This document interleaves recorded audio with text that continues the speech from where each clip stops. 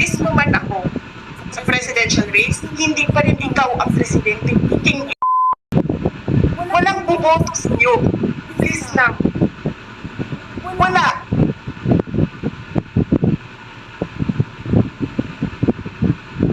Hindi ka nga dumadaan ng contest eh. Kasi wala kang kalaban sa Tacloban. Kasi binibili mo, pinapakidnap mo, hinaharas mo, ang mga kalaban mo.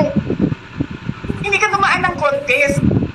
Ang alam mo lang, kasi mayaman ka, bibiliin mo lahat ng tao ng pera. May pobriman mong tanan, kwarta na may inyo. There is nothing in you except money. Yan lang. Martin,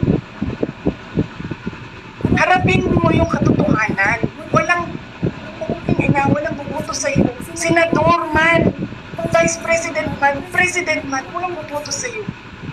Hindi ko nga alam kung mananalo ka pa ngayon sa Tacloban eh. Malamang hindi na. Malamang. Sinong gusto sa lahat sa buong Pilipinas ang ibalik ka sa Kongreso? Hindi lahat ng tao pupunta yan doon sa Tacloban, mangangampanya yan sa kalaban mo. Kasi magnanak ka. Hindi ka dumadaan sa audit.